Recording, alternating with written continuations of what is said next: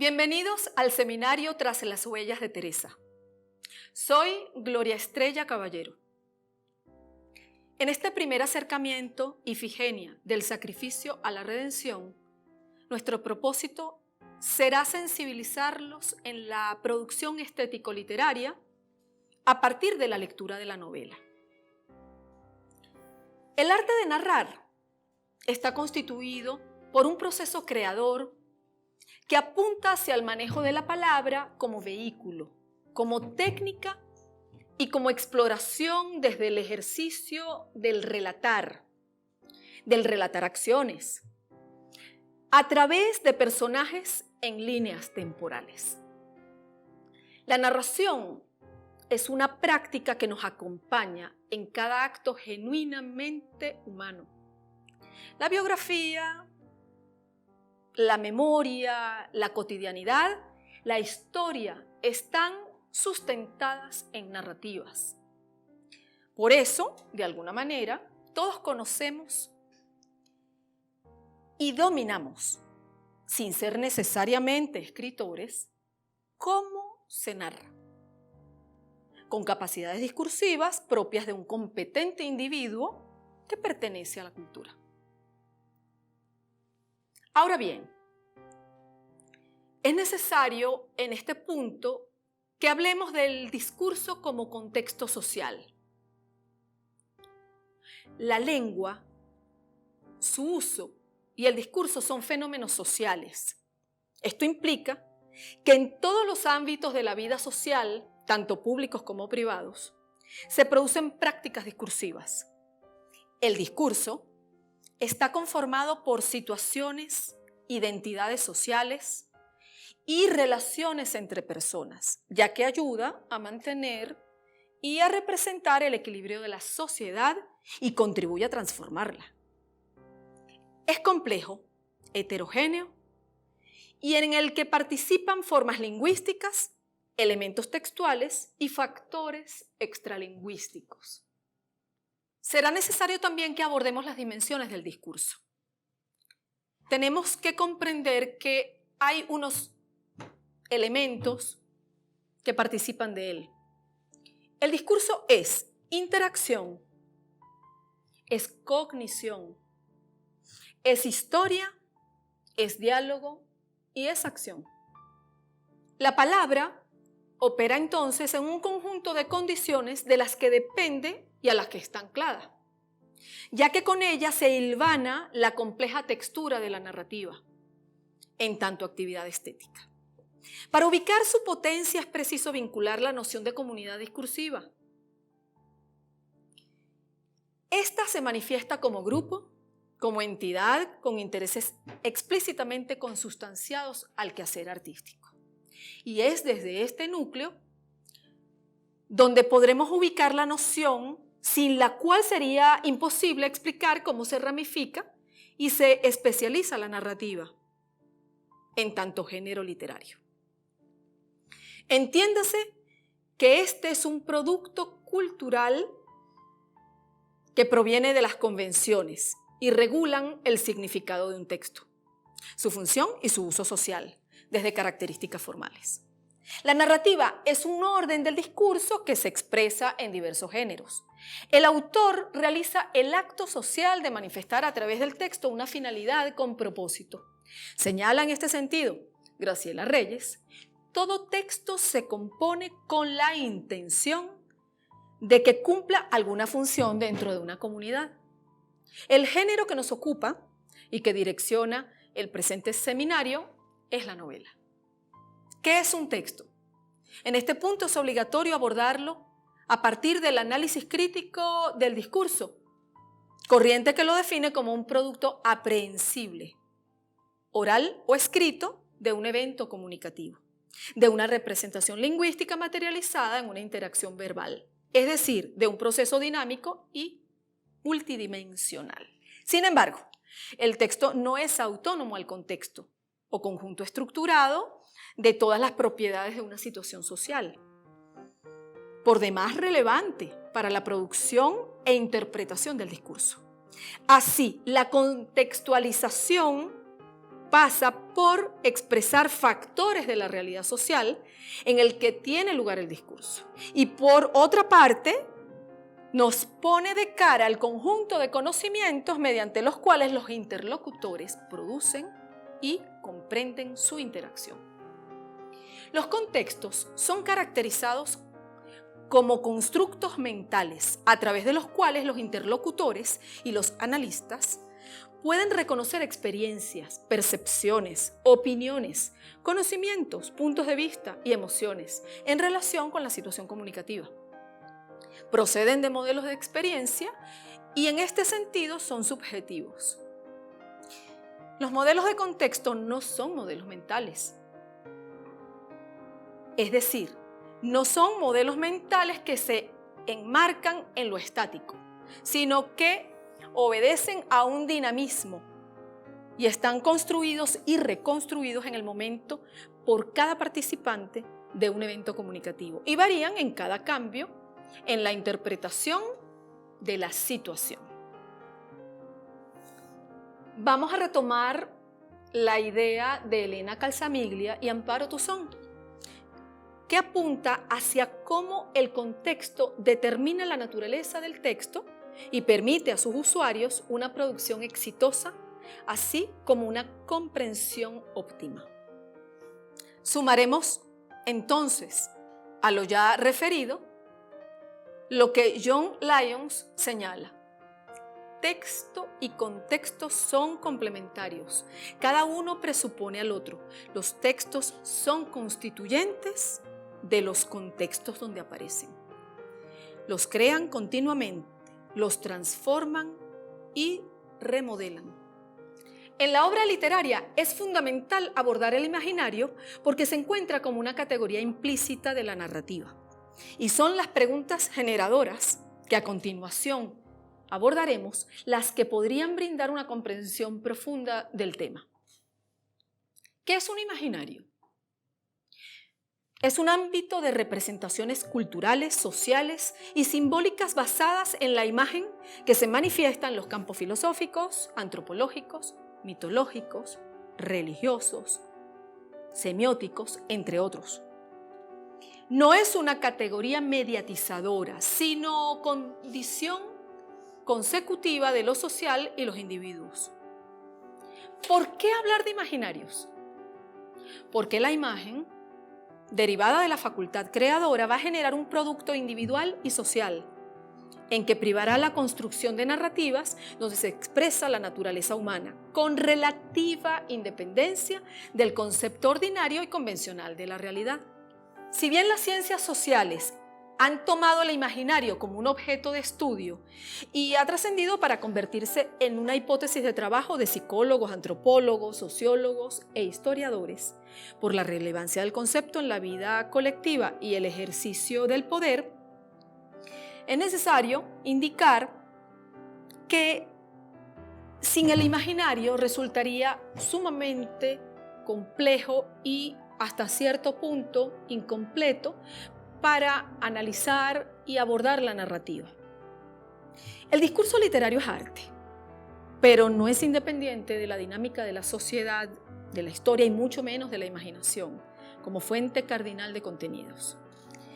En la concepción de Cornelius Castoriadis, un imaginario social es una construcción sociohistórica que abarca el conjunto de instituciones, normas y símbolos que comparte un determinado grupo social y que, pese a su carácter imaginado, opera en la realidad ofreciendo tanto oportunidades como restricciones para el accionar de los sujetos. ¿Verdad versus falsedad? ¿Imaginación versus realidad? Sin embargo, haremos una salvedad. La dimensión ficcional de la literatura asume, como en el imaginario social conceptualizado por el autor, que no se habla de verdad o falsedad, sino que instaura por sí mismo una realidad que tiene consecuencias prácticas en la vida cotidiana de las personas. Entramos en el terreno de las paradojas, ya que por una parte las representaciones estéticas encarnan situaciones plasmadas, incluso en la secuencia de la narración, cuál es el caso que nos ocupa, y al mismo tiempo son cosmovisión, conciencia colectiva, proyección idealizadora de una determinada cultura con vectores hacia la identidad y su razón de ser. ¿Qué aportan los imaginarios? Marcos de sentido, legitimación de instituciones, organización de mitos, religiones, creencias e ideologías sobre los que operan los individuos para conocer la realidad y orientarse en el entorno. Capacidad creadora y transformadora de todas las instituciones a través de referentes lingüísticos, psíquicos y conceptuales. Construcción de prácticas sociales, valores y reguladores de conducta por adhesión o rechazo. Participan como constructo humanista en la herencia colectiva y en la memoria desde lo creativo. Expresan nuestra comprensión de tiempo, espacio, gente, objeto e ideas. A manera de conclusión, el imaginario es la fuente de donde emerge toda obra estética. Sin duda, la narrativa va a tributarle. En este sentido, Gilbert Durand, Gaston Bachelard, Edgar Morin han dedicado buena parte de su trabajo a construir modelos o paradigmas con la intención de abrir la discusión y las concepciones. La narrativa requiere de un conjunto de categorías inherentes a su naturaleza como orden del discurso. Jean-Michel Adam aporta una estructura, a saber, temporalidad, porque existe una sucesión de acontecimientos en un tiempo que transcurre, que avanza. Unidad temática, porque se garantiza por un sujeto actor, ya sea inanimado, animado, individual, colectivo, agente o paciente.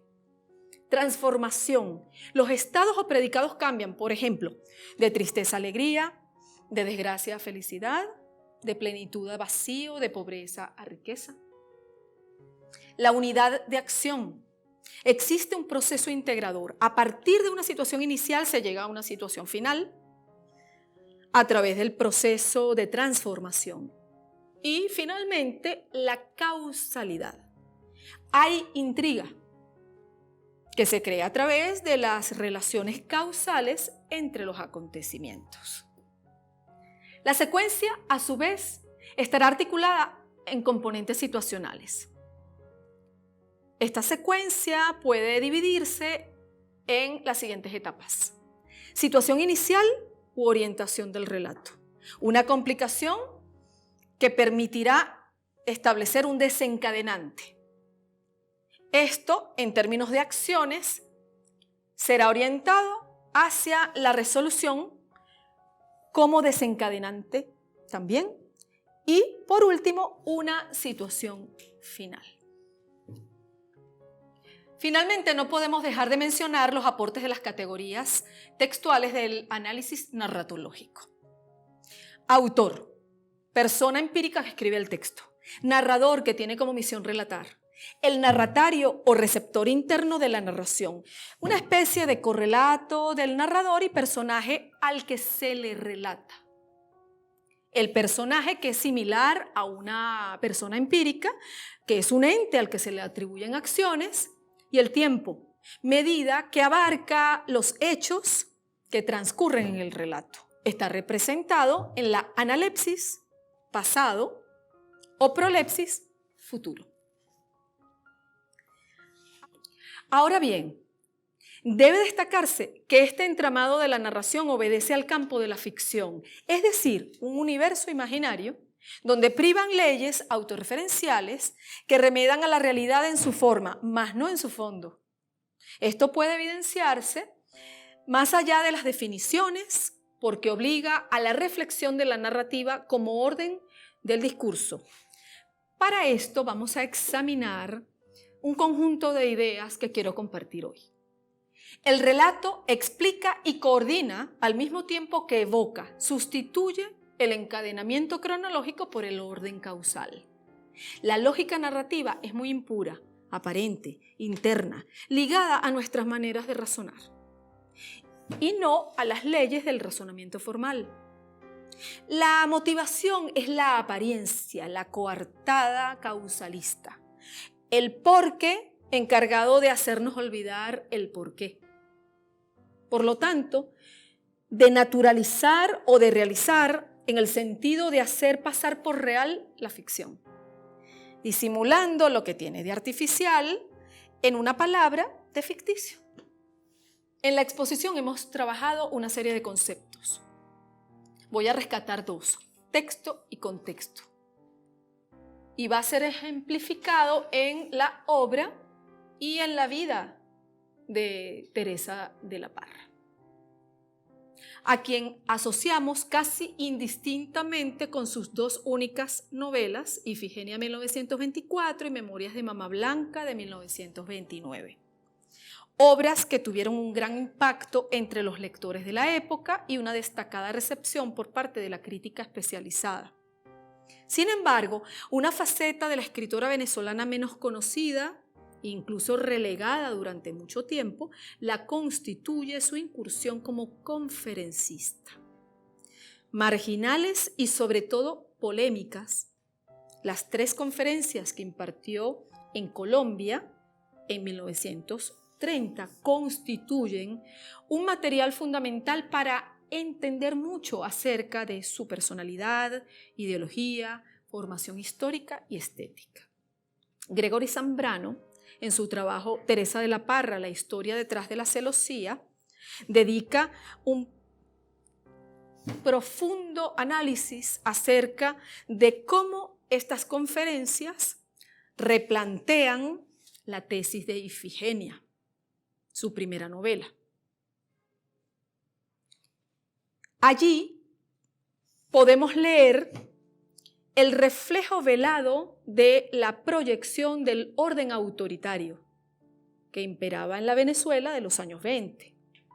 María Eugenia Alonso, la autora del diario que escribe como consecuencia del fastidio, es una indagatoria inteligente, irónica, humorística y cómica a veces.